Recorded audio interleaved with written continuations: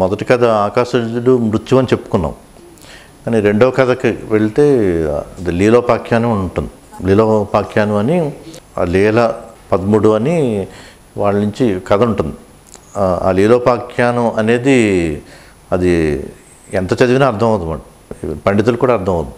మీ ప్రవచనాలు ఎన్ని విన్నా కానీ, మీరు లీలోపాఖ్యానం గురించి ఎన్ని విన్నా కానీ అంటే ఒక్కొక్క స్థాయిలో చెప్పడం జరుగుతుంది దాన్ని. అవన్నీ తెలియాలంటే అంటే చాలా లోతుగా అవగాహన ఉండాలి. మీరు తర్వాత చదవండి లీలోపాఖ్యానం అని. లీలోపాఖ్యానం ఎంత చదివినా మనకి దాంట్లో అంశాలు ఏమీ కూడా వశిష్ఠుడు బోధ రూపంలో అర్థం అవ్వవు.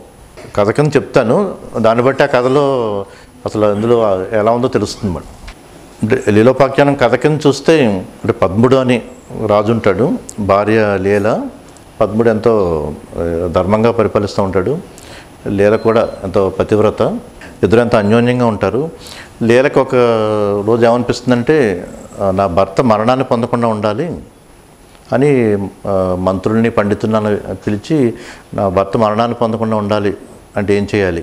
ఇప్పుడు నాకు మరణం వస్తే పర్వాలేదు, ముందుగా నేను చనిపోతే, కానీ ఆ భర్త ముందుగా చనిపోతే నేను అది భరించలేను, మరణం పొందకుండా ఉండే మార్గం చెప్పమని అడిగినప్పుడు పండితులు ఏమంటారు, మరణం లేకుండా ఉండదు, ఈ దేహానికి మరణం లేకుండా ఉండదు అని చెప్తారు. అంటే దేహానికి మరణం లేకుండా ఉండదు కదా, జీవాత్మనైనా నేనున్న అంతఃపురంలోని ఆ గృహాకాశంలో ఆ జీవాత్మ ఉండిపోయినా నేను మిగిలిన జీవితం గడుపుతానని భావనతో సరస్వతీదేవి ఉపాసన చేస్తుంది. అంటే 100 త్రిరాత్రి వ్రతంలో చేస్తున్నమాట. అంటే 3 రాత్రులు ఉపాసన చేస్తే వ్రతం చేసి మళ్ళీ వెంటనే ఇంకొక 3 రాత్రులు అలా త్రిరాత్రి వ్రతములని 100 చేస్తుంది.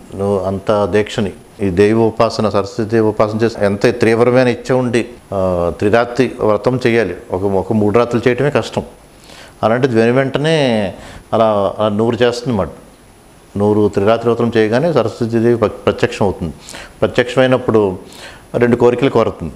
మొదటిది ఏంటంటే నా భర్త 13 చనిపోయినా ఈ గృహాకాశంలోనే ఉండాలి జీవాత్మ అని. రెండవ కోరిక ఏమిటంటే నేను కోరినప్పుడు మళ్ళీ నువ్వు తిరిగి ప్రత్యక్షం అవ్వాలని. సరే అని 2 వరాలు ఇస్తుంది సరస్వతీదేవి. ఇచ్చిన తర్వాత కొన్ని రోజులకి 13 అంటే భౌతిక దేహం చాలించటం, మరణం సంభవిస్తుంది, భౌతిక దేహం చాలిస్తాడు. కానీ లీల భ్రమలో ఉండిపోయి 3 రోజులు ఏడుస్తూనే ఉంటుంది మరి చనిపోయారని. ఇప్పుడు 3 రోజుల తర్వాత సరస్వతీదేవి మళ్ళీ ప్రత్యక్షమయ్యి, లీల నువ్వు మర్చిపోయావా, నీ జీవాత్మ ఇక్కడే ఉంటుందని నువ్వు కోరుకున్నావు కదా, నీ జీవాత్మ ఇక్కడే ఉంటుంది, పూలన్నీ ఉంచి అలంకరించి ఉంచండి అని అశరీరవాణిగా అంటే అంతఃపురంలో అందరికీ తెలిసేలాగా సరస్వతీదేవి చెప్తుందన్నమాట. అంటే అందరికీ తెలుస్తుంది అది అశరీరవాణిగా. అందుకే అందరూ పూలకాయ ఉంచుతారు. ఉంచిన తర్వాత తను మళ్ళీ ఎప్పుడు కావాలనుకుంటే అప్పుడు వచ్చే వరం ఉంది కదా, అలా చెప్పి వెళ్ళిపోవడంతో లీల సంతోషించి జీవాత్మ ఇక్కడే ఉంటుంది కదా, సంతోషించి అన్ని పూలు కప్పి ఉంచుతుంది. ఆ రాత్రి ధ్యానంలోకి వెళ్తుంది అన్నమాట. ధ్యానంలోకి వెళ్ళి మళ్ళీ సరస్వతీదేవిని మళ్ళీ ధ్యానంలోకి సంకల్పించుకుని ధ్యానం చేస్తూ ఉండగా తను ఎటువంటి స్థితిలోకి వెళ్ళిపోతుందంటే ఒక సమాధి స్థితిలోకి వెళ్తుంది. సమాధి స్థితిలోకి వెళ్తా అక్కడ అంటే 13 ఎక్కడున్నాడు అని, జీవాత్మగా ఎక్కడున్నాడని ఒక భావనతో వెళ్తుంది అన్నమాట ధ్యానంలోకి వెళ్ళినప్పుడు అదే 13 ఒక సింహాసనంపై అదే మంత్రులు, సేవకులు అందరూ అలాగే ఉండి ఆ సింహాసనంపై కూర్చున్నట్టుగా 13 దృశ్యం కనపడుతుంది తనకి. అలా సంకల్పించుకుని అలా వెళ్ళినప్పుడు కనపడితే అక్కడ కానీ 13 మధ్య వయస్సుతో ఉంటాడు అన్నమాట. ఒక మధ్య వయసుతో కనపడతాడు. ఏంటి ఇలా మధ్య వయసుతో ఉన్నాడు, ఈ దృశ్యమంతా ఎలా ఉంది ఏంటని. కానీ తన్నెవరు గుర్తించరు. వెంటనే మెలకు వస్తుంది. మెలకు వచ్చి అదేమిటది 13 కనపడ్డాడు, మధ్య వయసుతో ఉన్నాడు, అందరు మంత్రులు అందరు సేవకులు అంతా ఉన్నారు, అంతా అలాగే ఉంది, కానీ నన్నెవరు గుర్తించట్లేదు, వాళ్ళు అందరూ చనిపోయి ఇక్కడికి వచ్చారా ఏమిటని తను మళ్ళీ సరస్వతీదేవిని ధ్యానం చేయగానే దేవి ప్రత్యక్షం అవుతుంది. ప్రత్యక్షమైతే అప్పుడు చెప్తుందన్నమాట సరస్వతీదేవి, ఇలా 3 ఆకాశాల కింద ఉంటుంది, భూతాకాశము, చిత్తాకాశము, చిదాకాశం అని. నువ్వు చిదాకాశాన్ని నీకు ధ్యానం చేయమని చెప్పడం ద్వారా ఆ చిదాకాశంలో నీకు 13 నువ్వు అలా కనపడటం జరిగిందని చెప్పడం జరుగుతుంది. కానీ ఈసారి సరస్వతీదేవి కుమార రూపంలో వస్తుందన్నమాట. వయస్సు కుమార రూపంలో వస్తుంది దేవి వచ్చి చిదాకాశంలో పద్ముడు అలా ఉండటం ఏంటి, మనకి నాకు ఏ సత్యమో తెలియట్లేదు అంటుంది లీల. అంటే నువ్వు ఇప్పుడు బాహ్యంలో జగత్తుని చూస్తుంది, ఇది సత్యం అనిపిస్తుందా అది సత్యం అనిపిస్తుందా అంటుంది. అంటే స్వప్నంలో వచ్చేది సంకల్పించుకుంటే వచ్చేది అది సత్యం అనిపిస్తుందా అంటే లీల ఏం చెప్తుందంటే ఇప్పుడు ఇదే సత్యం అనిపిస్తుంది కదా, ఇప్పుడు దేశకాల పరిమితులకి లోబడి ఉంది ఇదంతా కూడా అని స్పష్టంగా తెలుస్తున్నాయి, ఇదే సత్యం అనిపిస్తుంది అంటుందన్నమాట. అంటే అప్పుడు నీకు అది ఎలా ఏర్పడింది, ఆ భావనని ఎలా ఏర్పడి అవన్నీ తెలియాలంటే నువ్వు ఆ చిదాకాశాన్ని అనుభూతి పొందాలి. మనం ఈ బాహ్య ప్రపంచ దృష్టితో ఉంటే మనకి నిత్యం ఈ దృష్టితోనే ఉంటాం. మనం స్థూల శరీర భావంతో ఉంటే, సూక్ష్మ శరీర భావంతో ఉంటే, అంటే మనస్సే నేను మనస్సు అనే భావంతో ఉంటే, చిత్తాకాశ భావంతో ఉంటే అందరి మనస్సులు కూడా తెలుస్తూ ఉంటాయి మనం. అంటే స్థూలదేహం భావన వదిలి కేవలం మనసు భావంతో చిత్తాకాశ భావంతోనే ఉంటే అందరి చిత్తాలు కూడా తెలుస్తూ ఉంటాయి. చిదాకాశ భావంతో ఉంటాయి, చిదాకాశాన్ని నేను అన్న భావంతో ఉంటే ఆ చిదాకాశం అంటే విశ్వమంతా ఉన్న చైతన్యాన్ని అనుభూతి పొందుతూ ఉంటాం కదా, ఆ చిదాకాశ భావన్నే పొందుతాం అంతా కూడా. ఈ లీల ఏంటంటే ఈ చిత్తాకాశం నుంచి చిదాకాశంకి వెళ్తూ అటువంటి భావన పొందటం జరిగిందిగా కథలో వచ్చేది. సరస్వతీదేవికి ఇలా చెప్పగానే బాహ్యంలో కనిపించేది సత్యం, అది ఒక కల్పనలా స్వప్నంలా వచ్చింది అంతే లీల చెప్తుంది. చెప్తే నీకు ఒక జరిగిన సంఘటన చెప్తాను అని చెప్పి సరస్వతీదేవి అని చెప్తుందంటే ఒక చోట ఒక బ్రహ్మాండంలో ఒకడంతా కూడా విస్తారంగా ఎంతో ప్రదేశం ఉంది, ఒక మండపం లాంటిది ఉంది. ఆ మండపంలో ఇలా 14 లోకాలు ఉన్నాయి అన్నీ వర్ణిస్తూ అక్కడ అందులో ఒక గ్రామంలో గిరి అనే ఒక గ్రామంలో అక్కడ ఒక ఇంట్లో ఒక పండితుడి భార్య ఉన్నారు. ఆ పండితుడి పేరు వశిష్ఠుడు. కానీ నేను కాదు, ఇది బ్రహ్మర్షి కాదు, ఆ పండితుడి పేరు కూడా వశిష్ఠుడే. భార్య పేరు అరుంధతి. కానీ ఇప్పుడు మనకి వశిష్ఠుడి భార్య అరుంధతిలో జీవన్ముక్త స్థితిలో కాదు, అక్కడ పండితుడి భార్యగా ఒక గిరి అనే గ్రామంలో ఒక ఇంట్లో ఉన్నారు. అక్కడ ఆ గ్రామంలో ఉంటూ ఉండగా ఆ పండితుడికి ఏంటంటే ఒకసారి ఒక సామంతరాజుని చూసి రాజ్యాన్ని అనుభవించాలని, ఆ భోగభాగ్యాన్ని అనుభవించాలని ఒక కోరిక కలిగింది అతనికి. పండితుడి భార్యకి వశిష్ఠుడు అరుంధతి కదా, ఆ అరుంధతి కోరిక ఏంటంటే తను కూడా సరస్వతీదేవినే ఉపాసిస్తూ ఒకసారి దేవుని ప్రత్యక్షం చేసుకుని ఏం కోరిక కోరుతుందంటే నా భర్త మరణించాక నేను కూడా మరణించి ఇద్దరం ఒకటే స్థితిని పొందాలి అని. అంటే నా భర్తతో పాటు నేను ఉండాలి కానీ మరణం తప్పదు కాబట్టి మరణించాక ఇద్దరం ఒకటే పొందాలి అని కోరుతుంది. అలాగే తర్వాత కొన్నాళ్ళకి వశిష్ఠుడు అనే పండితుడు దేహం చాలించడం జరుగుతుంది. వెంటనే అరుంధతి కూడా దేహం చాలించడం జరుగుతుంది. జరిగిన తర్వాత వాళ్ళిద్దరూ ఏమయ్యారంటే మీ ఇద్దరు అంటుందన్నమాట. వాళ్ళిద్దరు ఎవరంటే వశిష్ఠుడు అరుంధతి దేహం చాలించాక ఇప్పుడు ఈ పద్ముడు లీల మీ ఇద్దరే వాళ్ళిద్దరూ అంటుంది. ఇంకా ఆశ్చర్యపోతుంది, వాళ్ళిద్దరూ మేమిద్దరు ఏంటి, వశిష్ఠుడు అరుంధతి చనిపోయాక. ఎందుకంటే అక్కడ ఆ పండితుడికి రాజ్యాన్ని అనుభవించాలని ఉంది, రాజ్యాన్ని అనుభవించాలని ఉండటంతో పద్ముడిగా జన్మనెత్తటం. కానీ అక్కడ అరుంధతి ఏంటంటే వెంటనే నేను కూడా దేహం చాలించి భర్తనే అనుసరించాలని ఉంది కదా, లీలగా పుట్టడం అన్నమాట. ఇలా పద్ముడు లీల మీ ఇద్దరు కూడా ఆ వశిష్ఠ అరుంధతులే అని చెప్తూ నీవు చిదాకాశంలోకి వెళ్ళి ఒక మధ్య వయస్కుతో ఉన్న ఒక రాజుని చూడటం జరిగింది కదా, చిదాకాశానికి వెళ్ళి అది విదురథుడు, నీ పద్ముడు జీవాత్మ ఆ విదురథుడి రూపంలో ఉంది అని చెప్తుందన్నమాట. మధ్య వయస్కున్న రాజుని చూసింది కదా, లీల వెళ్ళి ఓ ధ్యానంలో చిదాకాశంలోకి వెళ్ళి అదే రాజ్యాన్ని, అదే అంతఃపురాన్ని, అదే సేవకుల్ని చూసి ఓ మధ్య వయస్కుతో ఉన్న పద్ముడిని చూసింది కదా. కానీ అతడు విదురథుడు అతను, కానీ నీ పద్ముడిలాగే ఉన్నాడు, నీ జీవాత్మ గృహాకాశంలోనే ఉండాలన్నావు కదా, అందుకని నీ జీవాత్మ విదురథుడి రూపంలో ఉంది అని చెప్తుంది. ఇంకేం అర్థం అవ్వదు ఏమిటనేది. అర్థం అవ్వకపోతే నిన్ను గిరిగ్రామం అంతా తీసుకెళ్తానని సరస్వతీదేవి అంతా తీసుకెళ్తుంది గ్రామం అంతా కూడా. అప్పుడు తర్వాత ఇప్పుడు పద్ముడు ఉన్న చోటకి వెళ్దాం, భర్త ఉన్న గృహాకాశానికి వెళ్దాం అని చెప్తుంది. అంటే ఒక భావనలోకి వెళ్తే ఇంకొక భావన ఉండదు కదా, అదే పద్ముడున్న అంటే అంతఃపురంలో గృహాకాశానికి వెళ్తారు. అక్కడి నుంచి మరి చిదాకాశంలోకి వెళ్దాం, విదురథుడిని చూసిన ఆ రాజ్యంలోకి వెళ్దాం అని విదురథుడు చూసిన ఆ చిదాకాశంలోకి వెళ్తారు ఇద్దరు కలిసి వెళ్తే అక్కడ విదురథుడు యుద్ధ సన్నాహాల్లో ఉంటాడు అన్నమాట. తిన కళలో కూడా విదురథుడిగా ఉన్న మధ్య వయసులో ఉన్న అతను కూడా యుద్ధ సన్నాహాల్లో ఉంటాడు. మళ్ళీ సరస్వతీదేవి తీసుకెళ్ళినప్పుడు విదురుదుడు కూడా యుద్ధ సన్నాహాల్లో ఉంటాడు అనమాట. సింధురాజు అని ఒక అతను యుద్ధానికి వస్తూ ఉంటే యుద్ధ సన్నాహాల్లో ఉంటాడు. ఆ యుద్ధం చేస్తూ ఉంటే ఈ లీల, ఇది ప్రథమ లీల అంటారు. అంటే 13తో ఉన్న లీల ప్రథమ లీల అన్నమాట, మొదటి లీల. ఈ యుద్ధం చేస్తూ ఉంటే ఏమో చనిపోతాడో అని కంగారు పడుతూ ఉంటుంది ఆ విదురుదుడికి ఏమవుతుందో అని. ప్రథమ లీల యుద్ధం అంతా అయిపోయి అతను పడగదిలోకి వచ్చి పడుకుని ఉండగా వచ్చినప్పుడు మిగిలినంతా పడుకుని ఉంటారు. అప్పుడు సరస్వతీదేవి వస్తుందన్నమాట. వచ్చి ప్రత్యక్షం అవుతుంది విదురుదుడికి. ప్రత్యక్షం అయ్యి అప్పుడు విదురుదుడికి ఆత్మబోధ చేస్తుంది. అంటే నువ్వు మంత్రి చెప్తాడు ఈ విదురుదుడు ఎవరంటే, మంత్రికి కూడా కొంచెం నిద్ర లేపి విదురుదుడి గురించి చెప్పంటుంది. మరి లీలకు తెలియాలి కదా. ఈ విదురుదుడు ఎవరంటే అతని తండ్రి తాతల గురించి చెప్తాడు అన్నమాట. ఎవరనేది చెప్తూ వాళ్ళ నుంచి విదురుదుడు వచ్చాడు. 10వ ఏటనే రాజ్యాభిషేకం చేశారు. 10వ ఏట నుంచి ఇప్పటికి పరిపాలిస్తున్నాడు ఒక 50 ఏళ్ళు. అంటే అప్పుడు అతనికి 60 ఏళ్ళ వయసు. అలా చెప్తాడు అన్నమాట మంత్రి. ఈ లీల ఆశ్చర్యపోతుంది. మరి నా భర్త ఈ రూపంలో ఉన్నాడని సరస్వతి చెప్తోంది, ఇక్కడేమో వంశమంతా వేరేలా వచ్చినట్టు మంత్రి చెప్తున్నాడని. అప్పుడు సరస్వతీదేవి కూడా విదురుదుడిని నీకు అత్జన్మ గుర్తు తెచ్చుకో అని చెప్తే అప్పుడు ఈ 13 మరణించాక ఇలాగా వచ్చినట్టుగా అతనికి తెలుస్తుంది అన్నమాట. అదే సమయానికి విదురుదుడి భార్య వస్తుంది. అది ద్వితీయ లీల, రెండో లీల. విదురుదుడి భార్య ఉంటుంది, ఇంకా భార్య వస్తుంది అన్నమాట. ఈ ప్రథమ లీల ఆశ్చర్యపోతూ ఉంటుంది విదురుదుడి భార్య రావటం ఏంటని. అక్కడ విదురుదుడు కూడా దేవిని అడుగుతాడు, కోరతాడు అనమాట. అంటే నేను చనిపోయిన తర్వాత అంటే ముక్త స్థితిని పొందాలి అని, మోక్షాన్ని పొందాలని కోరతాడు అనమాట. అలాగే నువ్వు యుద్ధంలో ఓడిపోతావు, మోక్షస్థితిని పొందుతూ ఉంటుంది. అంటే అప్పుడు ప్రథమ లీల అడుగుతుంది, అదేంటిది ఓడిపోతామని చెప్తాం ఏంటని. ఎందుకు ఇతను మోక్షస్థితినే కోరాడు. కానీ సింధురాజు కూడా సరస్వతీదేవిని ఉపాసన చేస్తాడు, ఆరాధిస్తాడు అనమాట. సింధురాజు అంటే శత్రుదేశం నుంచి, అతను సరస్వతీదేవి ఉపాసకుడే. కానీ అతను దేవిని ఎలా ఉపాసన ఉంటుందంటే ఎప్పుడు యుద్ధంలో గెలవాలనే అతను కోరుకుంటుంది అన్నమాట. అది ఇప్పుడు యుద్ధంలో గెలవాలని కోరుకుంటాడు, యుద్ధంలో విజయం రావాలని కోరుకుంటాడు అనమాట. అలాగే దేవి ఆరాధన అంతా ఉంటుంది.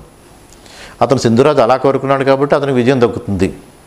ఇక్కడ విదురుదుడు ముక్తిని పొందాలనుకుంటున్నాడు కాబట్టి ఇతను చనిపోతాడు. చనిపోయి కానీ మరి నీకు వరం ఇచ్చాను కదా, మళ్ళీ తిరిగి 13 దేహంలోకి వస్తాడు, వచ్చి ముక్తిని పొందుతాడు అని దేవి చెప్తుందన్నమాట. అలా యుద్ధంలోకి వెళ్తాడు, సింధురాజుతో ఓడిపోతాడు, చనిపోతాడు. అటు చనిపోగానే ద్వితీయ లీల కూడా 2 కోరికలు కోరుతుంది దేవిని. అందరూ దేవి ఉపాసకులు అన్నమాట. ఏమని కోరుతుందంటే, నా దేహంతో పాటే నేను మళ్ళీ నా భర్త ఎక్కడికి వెళ్తే నేను అక్కడికి వెళ్ళాలని కోరుకుంటుంది దేహంతో పాటే. ద్వితీయ లీల కూడా అలాగే అనుగ్రహిస్తుంది అన్నమాట. ప్రథమ లీల అడుగుతుంది, నేను మరి దేహంతో వెళ్ళలేదు గిరిగ్రామంలోకి, సూక్ష్మ శరీరంతో తీసుకెళ్తుంది అన్నమాట. ఇక్కడ తిన్నేమో దేహంతో తీసుకెళ్తున్నావు అని. అంటే ఎవరు ఎలా కోరుకుంటే అలా లభిస్తుంది. వాళ్ళ ఇచ్ఛాశక్తి రూపమే నేను దేవిగా విడిగా ఉండను, ఇచ్ఛాశక్తి రూపంగా అలాగా ఉంటానని చెప్తుంది. సింధురాజు అలా కోరుకున్నాడు, అలా దక్కింది. విదురుదుడు ఇలా కోరుకున్నాడు, ముక్తిని పొందాలని. నువ్వేమో జీవాత్మ గృహంలోనే ఉండాలని కోరుకున్నావు. అలా ఎవరు ఏ ఇచ్ఛా శక్తి ఉంటే ఆ శక్తి స్వరూపాన్ని నేను చెప్పడం జరుగుతుంది అన్నమాట. అలా విదురుదుడు అక్కడ చనిపోతాడు. ఆ జీవాత్మ 13లోకి వస్తుంది. అంటే మొబట్టలు తీసుకొస్తారు, దేవి అలా వరం ఇచ్చింది కదా అని మళ్ళీ తిరిగి 13 శరీరంలోకి పంపుతారు. అక్కడ ద్వితీయ లీల, రెండవ లీల తిరిగి మళ్ళీ 13 అంతఃపురంలోకి వస్తుందన్నమాట. ఆ ద్వితీయ లీల అందరికీ కనపడుతుంది. 13గా కూడా అక్కడ మళ్ళీ బతకడంతో, మళ్ళీ జీవించడంతో అందరూ మళ్ళీ ఇద్దరు తిరిగి పుట్టారని మళ్ళీ అందరూ సంతోషిస్తారు. ఇక్కడ ప్రథమ లీల ఈ 3 సన్నివేశాల్లో జ్ఞానాన్ని పొంది స్థూలదేహాన్ని భావన వదిలి, సూక్ష్మ శరీర భావన కూడా వదిలి, ఇంకా చిదాకాశ స్వరూపిణిగా ఉంటుందన్నమాట. చిదాకాశ స్వరూపిణిగా ఉంటుందో, ఆకాశ స్వరూపంతో ఉంటుందో తను ఎవరికి కనపడదు. సరస్వతీదేవి కూడా ఎవరికి కనపడదు. ఆ ద్వితీయ లీల విదురుదుడు 13గా వచ్చాడు కదా, ఆ 13గా వాళ్ళు రాజ్యాన్ని పరిపాలిస్తారు. వాళ్ళిద్దరు తర్వాత జీవన్ముక్తులు అవుతారు. ఈ ప్రథమ లీల కూడా అప్పటికే జీవన్ముక్తులు ఏముంటుంది కదా, కానీ ఎవరికి కనపడదు కదా. కానీ ముగ్గురు కలిసి జీవన్ముక్తులు అవుతారన్నమాట. ఆ తర్వాత దేహాన్ని చాలించి విదురుదుడు 13గా మారిన విదురుదుడు ఆ ద్వితీయ లీల ఇద్దరు దేహాన్ని చాలించి విదేహముక్తిని పొందుతారు. ఈ ప్రథమ లీల అప్పటికే జీవన్ముక్తురాలు కావడంతో ముగ్గురు ముక్తిని పొందారు. ఇది కథ. ఇది మీరు ఎన్ని ప్రవచనాల్లో విన్నా మీరు ఇదే కథను తీసుకుని లీలోపాఖ్యానం అని రఘువంశాన్ని మనకి శాస్త్రాల్లో ఉన్న విధంగా వివరించడం ఉంటుంది కదా. అందుకని అదే దోవలో వెళ్తుంది. అది మనం వివరించే కొలది మనకి అదే దాంట్లో వెళ్తుంది. మనకు జీవాత్మ అనే ఒక భావంతో ఉంటాం, ఏమో జన్మలని భావంతో ఉంటాం. ఈ భావాలతో ఇలా ఉంటాం కదా, ఇలా భావాలతో ఉండటం మీద ఎవరేం చెప్పినా అదే భావాల్లో ఉంటాం అన్నమాట. అంటే జీవాత్మని జన్మలు ఇలా మారుతూ ఉంటాయని, 3 జన్మలని, ఈ యమబొట్లని ఇవి ఉంటాయి కదా, ఇవన్నీ ఈ భావాల్లోనే ఈ ప్రవచనం అంతా జరుగుతుందన్నమాట. మనం కూడా ఆ భావాల్లో ఉన్న వాళ్ళకి ఆ ప్రవచనం అలా అందుతుందన్నమాట. కానీ ఇప్పుడు నేను చెప్పింది అసలు అర్థం కానిది. చెప్పిన దాంట్లో కూడా ఒక చిన్న అంశం చెప్పాను, మూలంగా చెప్పాను అంతే. కానీ ఇంకా వివరంగా ఉంటుంది, తర్వాత మనం చర్చించుకుంటాం అంతాని. ఇప్పుడు ఇలాగా మనం గ్రహించేది అంతా కూడా మనకి చాలామందికి ఉంటుంది కదా, జీవాత్మల గురించి, ఆత్మ ప్రయాణం, పిండాల గురించి, ఆత్మల గురించి, ఒక దేహం నుంచి ఇంకో దేహం మారిపోవటం అని, లేకపోతే ఈ జన్మ పరంపరలు ఉంటాయి కదా, ఈ భావాల్లో ఉపాసనలు, దేవి ఇప్పుడు ఉంటాయి కదా ఈ భాగవతాలు.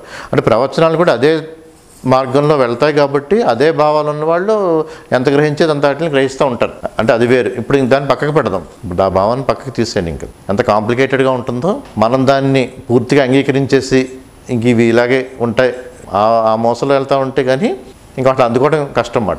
దీన్ని ఇక్కడితో ఇంకా మర్చిపోండి మనం. అంటే ఎంత సంక్లిష్టంగా ఉంటాయని మీకు చెప్పడానికి చెప్పాను. ఇది తర్వాత మీరు ఖర్చు అవుతున్నప్పుడు తెలుస్తుంది.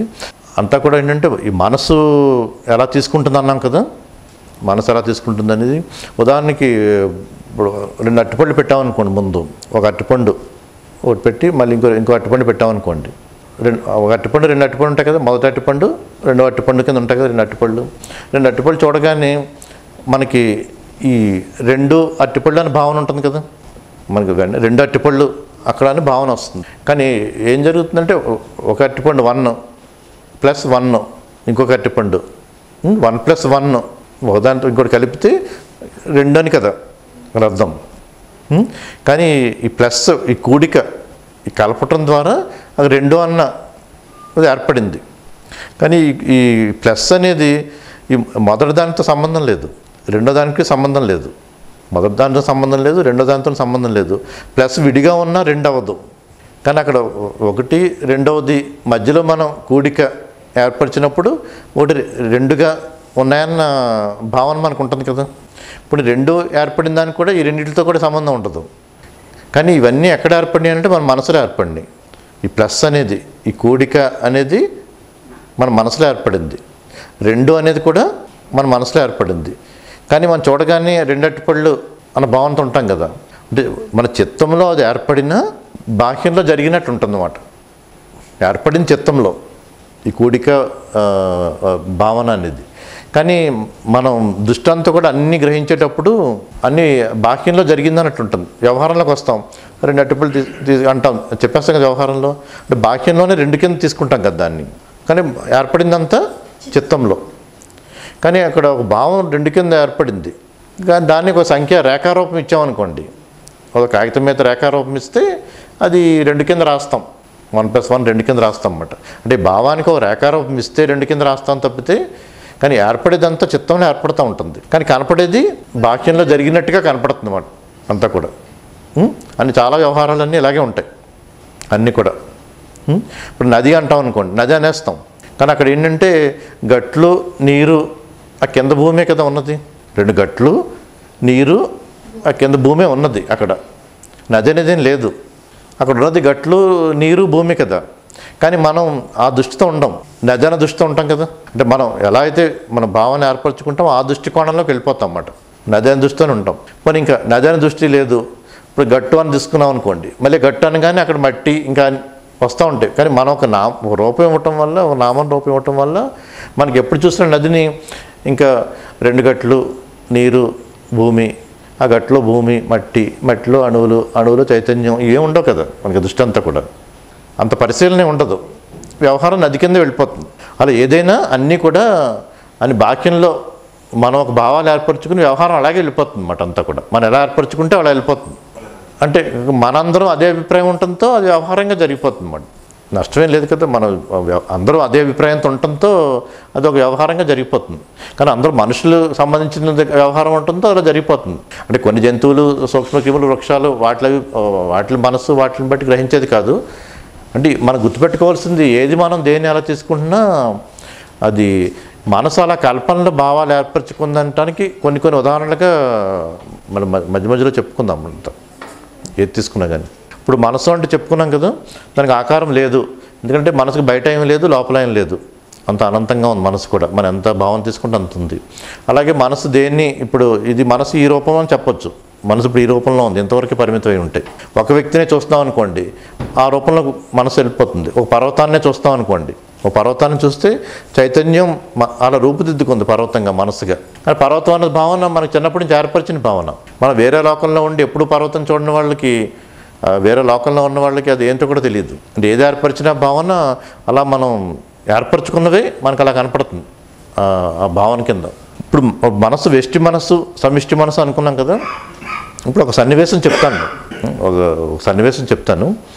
ఇప్పుడు నేను ఒక స్వప్నాన్ని, ఒక కళలో నాకు ఒక స్వప్నం వచ్చింది. ఆ స్వప్నంలో ఏంటంటే నేను ఒక రాజ్యాన్ని ఏలుతున్నట్టుగా, ఒక స్వప్నంలో రాజ్యాన్ని ఏలుతున్నట్టుగా, ఆ రాజ్యం ఏంటంటే కోట్ల మైలుగల ఎంతో విశాలమైన రాజ్యాన్ని ఏలుతున్నట్టుగా, అందరూ అక్కడ మంత్రులు, సేవకులు, అన్ని జీవులు, నిర్జీవులు, జడ పదార్థాలు అన్నిటితో కూడిన ఒక విస్తారమైన రాజ్యాన్ని ఏలుతున్నట్టుగా ఒక స్వప్నంలో కళ వచ్చింది. ఆ స్వప్నంలో స్వప్నరాజుగా ఆ కలగన్నాను. అలా కలగంటూ ఉండగా అనుకోని సంఘటన ఆ స్వప్నంలో జరిగి మెలకు వచ్చింది. మెలకు రాగానే అవి ఇదంతా స్వప్నంలో జరిగింది కదా అని మెలకు రాగానే ఇదంతా భ్రాంతి అన్న భావన ఉంటుంది. కానీ ఇక్కడ ఒక సన్నివేశాన్ని తీసుకుందాం అన్నమాట. ఎందుకంటే మనకి స్వప్నం ఎంతో తత్వాన్ని బోధిస్తుంది. మన సాధారణంగా ఏంటంటే రాత్రి నిద్రపోయినప్పుడు కూడా ఏం చేయాలంటే కొన్ని కళలు వస్తాయి కదా.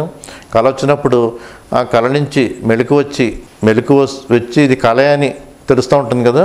ఇది కళే అని తెలుస్తున్నప్పుడు వెంటనే అంటే లెగిసిపోయి ఇంక కళని మర్చిపోకుండా మనం ఇది కళే, ఈ స్వప్నమే అని భావన, ఇంకా మెలకు వచ్చేస్తాను భావనప్పుడు అంటే మేలుకోకుండా మళ్ళీ ఆ స్వప్నాన్ని తిరిగి అనుభూతి పొందాలి. తిరిగి మళ్ళీ ఆ స్వప్నాన్ని అనుభూతి పొందామనుకోండి, ఇప్పుడు స్వప్న ద్రష్టగా ఉంటాం. అప్పటి వరకు స్వప్నంలో ఏంటంటే నేనే ఆ స్వప్నంలో ఉండి ఎన్నో సంఘటనలన్నీ ఉంటాయి కదా, అలా జరిగిపోతున్నప్పుడు ఇంకా ఒక అనుకోని సంఘటన జరిగినప్పుడు మెలకు వస్తుంది కదా. మెలకు వచ్చినప్పుడు ఇంకా మేలుకోకుండా ఏంటంటే తిరిగి ఆ స్వప్నాన్ని మళ్ళీ అనుభూతి పొందినప్పుడు స్వప్న ద్రష్టగా అనుభూతి పొందుతాం. ఆ స్వప్న ద్రష్టగా స్వప్నంలో నేను కూడా స్వప్నంలో ఉంటాను. స్వప్న ద్రష్టగా అనుభూతి పొందుతాం. అప్పుడు ద్రష్ట అనుభూతి వస్తుందన్నమాట.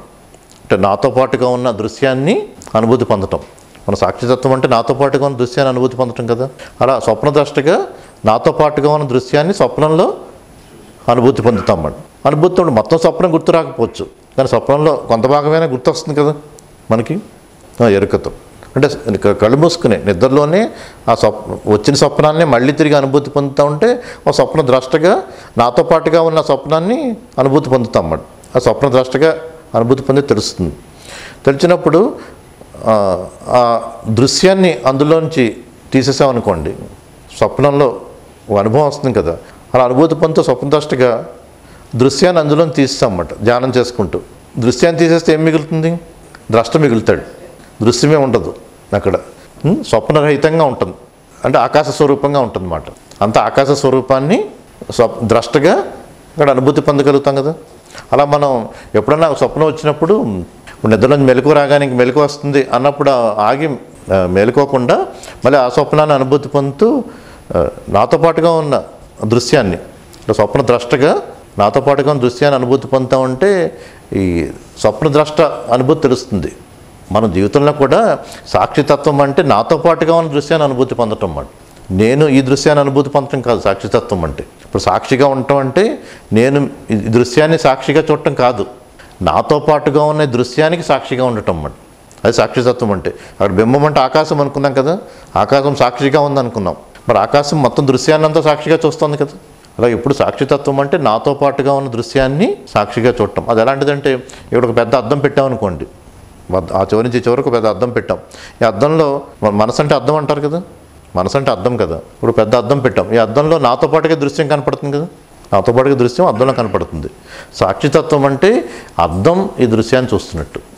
అంటే మనకు భావన ఏంటంటే అంత తత్వం బాధపడింది అనుకోండి ఏంటనేది ఎప్పటికప్పుడు నాతో పాటుగా ఉన్న దృశ్యాన్ని సమతతో అనుభూతి పొందుతాం అన్నమాట, సమస్థితితో. అంటే సాధనలో అలా చేసుకోవటం. సాధనలో ఏంటంటే ఇప్పుడు అద్దం ఇలా పెట్టుకుని అద్దం దృశ్యాన్ని చూస్తున్నట్టుగా ఉంటే ఎంత విడిగా కనపడుతోంది ఈ దృశ్యం అని తెలుస్తుంది కదా, ఓ సాధనలో భాగం. కానీ మరి మనం కర్మల్లోకి వచ్చేటప్పటికి ఓ సమత ఏర్పడుతుంది కదా, నాతో పాటు ఈ దృశ్యాన్ని అనుభూతి పొందుతున్నప్పుడు అంత ఒక సమత ఏర్పడుతుంది కదా అంతాని అన్నిట్లోని. అందుకే ఒక అంశే తీసుకోవాలండి ఇది. ఇప్పుడు అద్దంలో నాతో పాటుగా దృశ్యం కనపడుతుంది, సాక్షితత్వంలో కూడా ఈ మొత్తం నాతో పాటుగా ఉన్న దృశ్యాన్ని మనం అనుభూతి పొందుతూ ఉంటాం అన్నమాట. అంటే నేను ఈ దృశ్యాన్ని సాక్షిగా చూస్తున్నాను అంటే అర్థం నేను వేరు ఇది వేరు అని, నేను వేరు ఈ దృశ్యం వేరని భావన. కానీ అంతా ఒకటి ఏకత్వాన్ని అనుభూతి పొందాలి. సాక్షితత్వం అంటే ఏకత్వాన్ని అనుభూతి పొందటం, ఆకాశ స్వరూపం అంటే ఏకత్వాన్ని అనుభూతి పొందటం అన్నమాట. అంటే అంతా నాతో పాటుగా ఉన్న దృశ్యాన్ని అనుభూతి పొందటం అంటే అంతరంగంలో ఏకత్వం ఉంటుంది. మళ్ళీ బాహ్యంలో కర్మలకు వచ్చేటప్పటికి ద్వైత భావన ఉంటే కానీ కర్మలు చేయలేం. యోగ వాసిష్టంలో కూడా చెప్పింది ఏంటంటే ఇప్పుడు అంతరంగంలో ఏకత్వంతో ఉండు, ఏకత్వ భావంతో. నువ్వు బాహ్యంలో ద్వైత భావంతో కర్మలు చేయని, లేదా బాహ్యంలో కర్మలు జరగవు.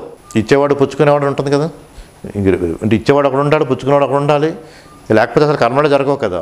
అందుకని బాహ్యంలో ద్వైతంతోనే కర్మలు చేయి, కానీ అంతరంగంలో ఏకత్వ భావంతో ఉండాలన్నమాట. అందుకని ఇది ఏకత్వమా అంటే కాదు, బాహ్యంలో ద్వైతం భావంతోనే కర్మలు జరుగుతాయి. అందుకని బాహ్య ప్రపంచ దృష్టితో, స్థూల దృష్టితో, భౌతిక దృష్టితో, విశ్వడుగా. కానీ బాహ్యంలో ద్వైతంతోనే జరుగుతాయి, కానీ అంతరంగంలో ఏకత్వంతో ఉంటాం, అక్కడ పారమార్థిక దృష్టితో. అక్కడ చెప్పింది అది అలా. అందుకని ఇది ఏకత్వము కాదు, ద్వైతము కాదు, ద్వైత అద్వైత వివర్జిత స్థితి అంటాడు వశిష్ఠుడు. ద్వైతాద్వైత వర్జిత స్థితి అని, ద్వైతము కాదు అద్వైతము కాదని. కర్మలు ద్వైతంగా జరుగుతాయి, కానీ అంతరంగ స్థితి అద్వైతం ఏకత్వంతో ఉంటుంది. అంతరంగ స్థితి ఏకత్వంతో ఉంటుంది, కర్మలు ద్వైతంగా జరుగుతాయి అన్నమాట. అందుకని అది అద్వైతం అంటే ఏకత్వము కాదు, ద్వైతము కాదు, రెండు కాని స్థితి అని చెప్తాడు అన్నమాట వశిష్ఠుడు. ఇందులో అర్థమైంది. ఇక్కడ ఇప్పుడు ఈ సన్నివేశంలో, నేను చెప్పిన సన్నివేశంలో నాకే ఒక స్వప్నం వచ్చింది. ఒక రాజ్యాన్ని వెళ్తున్నట్టుగా, ఒక స్వప్నరాజుగా రాజ్యాన్ని వెళ్తున్నట్టుగా అనుభవించాను. ఇప్పుడు మెలకువ వచ్చింది. మెలకువ వచ్చినప్పుడు ఏంటంటే నాకు మెలకువ వచ్చింది, వెంటనే స్వప్నం భ్రాంతి అని తెలిసింది. కానీ ఇక్కడ ఈ స్వప్నరాజు అతను నాకు మెలకువ వచ్చి నన్ను స్వప్నరాజు ప్రశ్నిస్తున్నాడు అన్నమాట. ఈ స్వప్నరాజు అలాగే ఉండి, స్వప్నంలో రాజ్యాన్ని వెళ్తున్నట్టుగా వచ్చింది కదా, ఒక స్వప్నరాజు రాజ్యాన్ని వెళ్తున్నట్టుగా వచ్చింది కదా, నాకు మెలకువ వచ్చేసింది, నాకు అది భ్రాంతి అని తెలిసిపోయింది. కానీ స్వప్నరాజు ఏంటంటే మరి తిరిగి పరిశీలించుకోవడం అన్నాను కదా, స్వప్నాన్ని తిరిగి పరిశీలించుకోవాలి మన స్వప్నాన్ని అన్నాను కదా. ఆ స్వప్నరాజు ఏంటంటే అంటే మెలకు వచ్చిన నాతో నన్ను ప్రశ్నిస్తున్నాడు అనమాట. స్వప్నరాజు మిగిలాడు, ఇంకా దృశ్యం అంతా వెళ్ళిపోయింది. కానీ స్వప్నరాజుకి ఏంటంటే నన్ను ప్రశ్నిస్తున్నాడు మెలకు వచ్చి నన్ను, ఏమనంటే ఇది ఇంత విస్తారమైన రాజ్యం ఎక్కడుంది, ఎలా ఏర్పడింది అని ప్రశ్నిస్తే నేనేం సమాధానం చెప్పానంటే, నువ్వు ఎంతో కోటాను కోట్ల మైళ్ళు గల విస్తారమైన రాజ్యాన్ని నువ్వు అనుభూతి పొందావు, కానీ అదంతా కూడా నా మనస్సు యొక్క అణు అంశంలోని, మనస్సు అంతా కూడా కాదు, ఈ మనస్సు యొక్క అణు అంశంలోని ఒక కల్పనతో ఇది ఏర్పడింది. మనస్సులోని అణుగర్భంలో ఇది ఏర్పడింది, ఇదంతా భ్రాంతి అని చెప్తాను. అదేంటది, మనస్సు యొక్క అణు అంశంలో ఇంత కోటాను కోట్ల మైళ్ళ రాజ్యం ఉండటం ఏంటి అని స్వప్నరాజుకి అనిపిస్తుంది కదా. అంటే నీకు అలా అనిపిస్తుంది, కానీ అది నా మనస్సే అలా అనుభూతి పొందిందని చెప్పడం జరుగుతుంది అన్నమాట. మరి ఆ రాజ్యంలో ఉన్న జీవులంతా ఎలా ఏర్పడ్డారు, ఎలా సృష్టింపబడ్డారు అని స్వప్నరాజు ప్రశ్నిస్తాడు. అప్పుడు నేనేం చెప్తానంటే, దానికి పంచభూతాలు అవసరమేం లేదు, మరి ఏ పంచభూతాలతో ఏర్పడి అని వస్తుంది కదా. అంటే పంచభూతాలు అవసరం ఏం లేదు, పంచభూతాలకు అతీతంగా, పంచభూతాలు అవసరం లేకుండా ఏర్పడిన కల్పనాది అని చెప్తాను కదా. మరి అంత బ్రహ్మాండాలు ఉన్నాయంటే ఆ బ్రహ్మాండం అంత అబద్ధం, అదేమీ లేదని చెప్తాను కదా. మరి దానికి ముడి సరుకు కావాలని ఉంటుంది కదా, మరి ఉండాలి కదా అది ఏర్పడాలంటే. అవన్నీ కల్పనతో వచ్చిందని చెప్పడం జరుగుతుంది కదా. ఇక్కడ అదంతా ఏమిటంటే, మరి అక్కడ మరి ఎంతోమంది జీవులు ఉన్నారు కదా, వాళ్ళందరికీ మనస్సు ఉంది కదా, జీవులందరికీ మనస్సు ఉంది. అక్కడ వృక్షాలు ఉంటాయి, జడ పదార్థాలు ఉంటాయి, అన్నిట్లో కూడా జడంగా మనస్సు ఉంటుందని చెప్పుకున్నాం. మరి అవన్నిటి దానికి మనస్సు ఉంటుంది కదా. ఉంటే అవన్నీ నా మనస్సే, నా సమిష్టి మనస్సే అదంతా. జీవులందరిలో ఉన్న మనస్సు నా మనస్సే, అంత చైతన్యం కదా, జీవులు అంటే చైతన్యంగా ఉన్న వాళ్ళంతా, చైతన్యంగా ఉన్న వాళ్ళందరి మనస్సు నా చైతన్య సమిష్టి మనస్సే. ఇంకా జడ పదార్థాలు ఉంటాయి ఎన్నో, సూక్ష్మ శరీరం అంతా కూడా నా మనస్సే కదా. ఆ జడ సమిష్టి నేనే, ఈ చేతన సమిష్టి నేనే, రెండింటితో కూడిన అంతా కూడా నా మనస్సే. ఇదంతా సమిష్టి మనస్సు అంటే వాళ్ళందరి మనస్సు సమిష్టి మనస్సు అని చెప్పడం జరుగుతుంది. ఆ సమిష్టి మనస్సు నా మనసులోని ఒక అణువంశ ఆ సమిష్టి మనస్సు అని చెప్పడం జరుగుతుంది కదా. చెప్తే కానీ మరి నాకంత సత్యంగా కనపడుతోంది. స్వప్నరాజు ఏమంటాడంటే, నాకు అదంతా సత్యంగా కనపడుతోంది, నేను ఆ రాజ్యాన్ని వెళ్ళినట్టు. మరి అంత సత్యంగా కనపడుతోందంటే అంటే నీకు అలా కనపడుతుంది, నేను జ్ఞానాన్ని పొంది ఉండటం వల్ల, నేను దాన్ని కల్పించుకుని ఉండటం వల్ల నాకు తత్వం బోధపడుతుంది, అదంతా భ్రాంతి అని చెప్పడం జరుగుతుంది అన్నమాట. అతను అయినా స్వప్నరాజు ఎంత చెప్పినా నమ్మలేడు, ఎందుకంటే ఇప్పటిదాకా అనుభవించిన రాజ్యం నమ్మలేడు అన్నమాట. మరి ఎలా ఇతను ఆ తత్వాన్ని తెలుసుకోగలడు అని ప్రశ్న వస్తుంది. అంటే ఇక్కడ నేను అతను చెప్పిన సమాధానం ఏంటంటే, ఆ స్వప్నంలో నీవు నేనే, అక్కడ నీకు అక్కడ ఉన్న అందరూ నేనే, నీ మీద శత్రువుడు వచ్చింది కూడా ఆ శత్రువు కూడా నేనే, నీ ఆలోచన నేనే, శత్రువు ఆలోచన నేనే, అంతా నా సమిష్టి మనస్సే అని చెప్పినా సరే ఇంకా నమ్మశక్యం కాదు ఈ స్వప్నరాజుకి. నమ్మశక్యం కాదంటే మరి ఎలా నేను నీవు పొందిన స్థితిని పొందటం, నాకు మేల్కొన్నాను కాబట్టి నాకు స్థితి వచ్చింది, తెలిసింది అదంతా భ్రాంతి అని, మరి నేను ఎలా ఆ స్థితిని పొందటం అని వస్తుంది. అప్పుడు ఆ స్వప్నరాజుకి చెప్పింది ఏంటంటే, నువ్వు నా మనసు స్థితికి వస్తే నీకు తెలుస్తుందని. స్వప్నరాజుగా ఉన్నంతకాలం తెలీదు, ఆ సత్యమైన భావనలోనే ఉంటుంది. కానీ నువ్వు నా మనసు స్థితికి వచ్చినప్పుడు తెలుస్తుందని. నా సమిష్టి మనసే కదా అదంతా, జడ సమిష్టి, చేతన సమిష్టి, మొత్తం స్వప్నం, దేశకాలాలకు సంబంధం లేకుండా ఉన్నదంతా కూడా నా మనస్సే. అంటే అక్కడ నా సమిష్టి మనసు కింద, నా మనసు నుంచే సమిష్టి మనసు ఏర్పడింది. కానీ నాకు మెలకువ రాగానే అదంతా భ్రాంతి అని తెలిసింది. కానీ స్వప్నరాజు ఇంకా భ్రాంతిలోనే ఉన్నాడు. కానీ అతనికి ఎప్పుడు అది భ్రాంతి అని తెలుస్తుంది? ఈ స్వప్నరాజు నా మనసు స్థితిలోకి రావాలి, నా మనస్థితికి వస్తేనే తెలుస్తుంది. అతను ఆ భావాన్ని లయమైపోయి నా మనసు స్థితికి వస్తేనే ఇదంతా కూడా భ్రాంతి అని తెలుస్తుంది కదా. అందుకని నువ్వు నా మనసు స్థితిని అనుభూతి పొందితేనే నీకు ఇది భ్రాంతి అని తెలుస్తుందని చెప్పడం జరుగుతుంది అన్నమాట. ఇప్పుడు మన జీవితంలో కూడా ఏమవుతుందంటే, మనం వెష్టిగా ఇలా ఇదంతా ఒక భావాన్ని పొందుతూ ఉంటాం. మనం కొన్ని కల్పించుకుని భావాలతో ఉంటాం అన్నాను కదా, ఈ భావాన్ని ఇలా పొందుతూ ఉంటాం వెష్టిగా.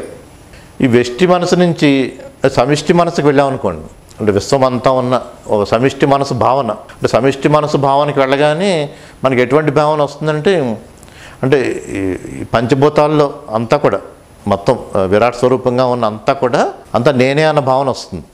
సమిష్టి మనసుగా ఆ భావన ఉంటుంది. అంటే సమిష్టి మనసులో స్థూల భావన ఉన్నప్పుడు విరాట్ స్వరూపంగా, మనస్సు భావన ఉన్నప్పుడు హిరణ్యగర్భుడిగా. అంటే హిరణ్యగర్భుడిగా భావన పొందామనుకోండి, అప్పుడు ఎటువంటి భావనలో ఉంటామంటే ఈ సమిష్టి మనసులోనే ఇదంతా జరుగుతుంది అన్నట్టు ఉంటుంది కదా. మొత్తం సమిష్టి మనసులోనే ఇదంతా జరుగుతున్నట్టు ఉంటుంది. ఆ సమిష్టి మనసులో ఎన్ని జరుగుతూ ఉంటాయి? ఈ సృష్టిలోని అన్నీ కూడా ఆ సమిష్టి మనస్సు భావన, హిరణ్యగర్భ భావన మనం పొందితే ఏంటంటే, అంటే అందరి మనసులు ఇంకా అన్నీ కూడా అందులో సమిష్టి మనసులో ఉన్నవే కదా. ఇప్పుడు నేను ఇలా ఒక దృష్టిని ఏర్పరచుకున్నాను, ఇలా ఒక భావనని ఏర్పరచుకున్నాను. కానీ సమిష్టి మనసుకి ఎటువంటి భావన ఉంటుంది? ఇది హిరణ్యగర్భునికి నాపై ఎటువంటి భావన ఉంటుంది? హిరణ్యగర్భుడికి ఎటువంటి భావన ఉంటుందని, నా సమిష్టి మనసులో నీ ఒక భాగం, నీవు నేను చైతన్య స్వరూపమే, నీవు నేను ఒకటే, నా సమిష్టి మనసులో ఒక భాగంగా నీవు ఉన్నావు అని వస్తుంది కదా. వస్తున్నప్పుడు ఇప్పుడు నేను మరి అనుభవించేదంతా సత్యమే అన్నట్టు ఉంటుంది నాకు. కానీ సమిష్టి మనసుకి ఏంటంటే అసలు దీని మీద దృష్టి ఉండదు కదా. సమిష్టి మనసులో భాగంగా మనకి జరుగుతున్నట్టుగా తెలుస్తూ నాకేంటంటే నేను వేరు ఇతరులు వేరు అన్నట్టు ఉంటుంది. నాకు నేను వేరు ఇతరులు వేరు అన్నట్టు ఉంటుంది. మొత్తం వ్యవహారం అంతా అలాగే జరుగుతుంది, జీవితం అంతా కూడా. కానీ హిరణ్యగర్భుడికి ఎలా ఉంటుంది? సమిష్టి మనసుకి సమిష్టి మనసే అంతా అన్న భావన ఉంటుంది. అంటే నేను సమిష్టి మనసులో భాగమే, ఈ దృశ్యంలో మిగిలిన వాళ్ళు కూడా సమిష్టి మనసులో భాగమే అని ఉంటుంది కదా హిరణ్యగర్భుడికి. ఎలాగైతే స్వప్నరాజుకి చెప్తూ నీవు నేనే, నీ శత్రువును నేనే, నీ ఆలోచన నేనే, నీ శత్రువు ఆలోచన నేనే, అందరి ఆలోచనలు నేనే, ఆ జడ పదార్థాల్లో ఉన్న స్వరూపం అంతా నేనే, జడ సమిష్టి నేనే, చేతన సమిష్టి నేనే అని చెప్పడం జరిగింది కదా. అలాగే హిరణ్యగర్భుడు నాకు జాగృతిలో హిరణ్యగర్భుడు నాకు ఇలాగే చెప్పడం జరుగుతుంది కదా. నా సమిష్టి మనసులో భాగమే నీవు, ఇతరులందరూ కూడా సమిష్టి మనసులో భాగమే, నేను చైతన్య స్వరూపాన్ని, నీవు చైతన్య స్వరూపాన్ని, అందరూ చైతన్య స్వరూపాలే అంతా సమిష్టి మనసే అని చెప్పడం జరుగుతుంది. జరిగితే అప్పుడు నేను ఎలా ఉంటాను, అది ఎలా అవుతుంది? నేను వేరు ఇతరులు వేరు తెలుస్తున్నాం కదా. ఇప్పుడు ఏకాంశ అంటే ఏంటంటే ఇక్కడ నేను వేరు ఇతరులు వేరు ఇంత స్పష్టంగా ఉంది కదా, ఇంత స్పష్టంగా ఉంది. మరి అనుభవాలు అన్నీ అలాగే ఉన్నాయి కదా. ఈ భ్రాంతి మనం చివరిదాకా పోదు, ఇది నేను వేరు ఇతరులు వేరు అనేది. మరి ఈ భ్రాంతిలోనే నా జీవితం అంతా గడుస్తుంది. మరి ఎలా భ్రాంతి పోతుంది? ఎంత తత్వం చెప్పినా పోదు. హిరణ్యగర్భుడు ఎన్ని ఉపదేశాలు ఇచ్చినా, పొద్దున్న సాయంత్రం దాకా ఉపదేశాలు ఇచ్చిన మన కొడుకుని మళ్ళీ పొద్దున్న లేచేటప్పటికి మళ్ళీ హిరణ్యగర్భుడు ఎప్పుడు వస్తాడని చూస్తాం. నేను వేరు అంటే నేను వేరు ఇతరులు వేరు అన్న భావంతోనే ఉంటాం. హిరణ్యగర్భుడు ఎన్ని ఉపదేశాలు ఇచ్చినా భ్రాంతి పోదు. మరి ఎప్పుడు పోతుంది? నేను ఆ స్థితికి వెళ్ళాలి, నేను ఇది వదిలి ఆ హిరణ్యగర్భుని స్థితికి వెళ్ళాలన్నమాట. అంటే నిత్యం సమిష్టి మనస్సు అన్న భావనతో ఉన్నప్పుడే అప్పుడు మన తత్వం బాధపడుతుంది. అప్పటి వరకు నేను వేరు ఇతరులు వేరు అనే ఉంటుంది. అందుకని సమిష్టి మనసు భావనకి మనం వెళ్ళాలన్నమాట. హిరణ్యగర్భోపాసన అంటే సమిష్టి మనసు భావన మనం అదే తెచ్చుకుంటా ఉంటే నిత్యం భావాలు అలా ఏర్పడుతూ ఉంటాయి. అనుభవంలో ఇంకా కర్మల్లో అది కనపడుతూ ఉండాలన్నమాట. కర్మల్లో అన్నీ కనపడుతూ ఉంటాయి. కానీ ముందు ఒక భావన గురించి చర్చించుకుందాం. ముందు అసలు భావన అంటూ వస్తే మన తర్వాత వివిధ సన్నివేశాల్లో దాన్ని తెలుసుకోవచ్చు మనం అంత. అంటే నేను సమిష్టి మనస్సుని అన్న భావన నేను పొందితేనే, అంటే హిరణ్యగర్భుడిని అన్న భావన పొందితేనే అప్పుడు నేను ఇతరులు వేరు కాదు, అంతా ఒకటే అని తెలుస్తుంది అన్నమాట. ఈ అంశం స్పష్టంగానే ఉంది కదా. అందుకని వెష్టి మనసుగా ఈ భావనని కోల్పోయి వదిలి మనం సమిష్టి మనసు భావాన్ని పొందాలి. కానీ సమిష్టి మనసు కూడా ఏంటి? హిరణ్యగర్భుడు సూక్ష్మ శరీరం అనుకున్నాం అంతా కూడా. ఇక్కడ మనం దేహం మనసుకి అతీతంగా వెళ్ళాలని అనుకున్నాం. మనం ఆకాశ స్వరూపాన్ని అనుభూతి పొందాలంటే ఈ దేహం మనసుకి అతీతంగా వెళ్ళాలి. ఆకాశ స్వరూపమే సత్యం అని చెప్పుకున్నాం కదా. మన వాస్తవ స్వరూపము చిదానంద స్థితి అని సత్యం అని చెప్పుకున్నాం కదా. అలాగే సమిష్టిలో కూడా ఇప్పుడు విరాట్ భావాన్ని వదిలి హిరణ్యగర్భ భావానికి వెళ్ళాం.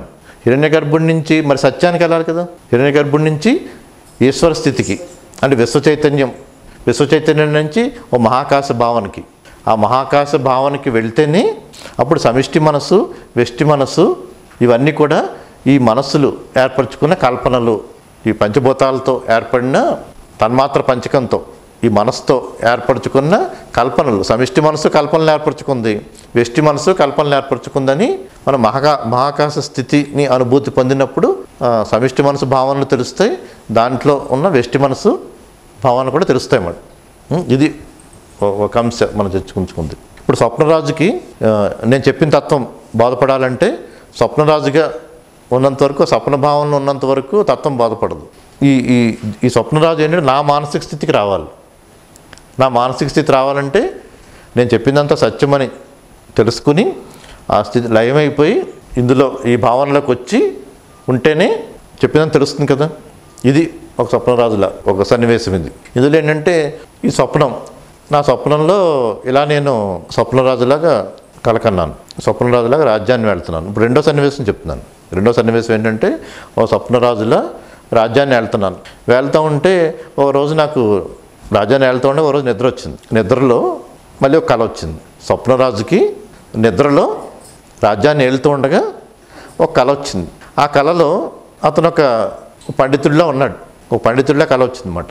పాండిత్యం జ్ఞానం పొందాలి, ఈ రాజ్యం మీద అంత విరక్తి వైరాగ్యం ఉంది ఎప్పటి నుంచో ఉండి నిద్రలో కళలో ఓ పండితుడిగా కళ వచ్చింది. పండితుడిగా కళ వచ్చి పండితుడిగా అతను భార్య బిడ్డలతో ఆ పాండిత్యాన్ని ఆ జ్ఞానాన్ని పొంది అతను జీవిస్తున్నాడు. జీవించాక ఈ స్వప్నరాజుకి కళ చెదిరిపోయింది. పండితుడిలో కళ వచ్చింది, ఆ పండితుడంతా పండితుడిలో జీవిస్తున్నాడు. జీవిస్తూ ఉండగా ఈ స్వప్నరాజుకి కళ చెదిరిపోయింది కానీ పండితుడు ప్రశ్నిస్తున్నాడు స్వప్నరాజుని.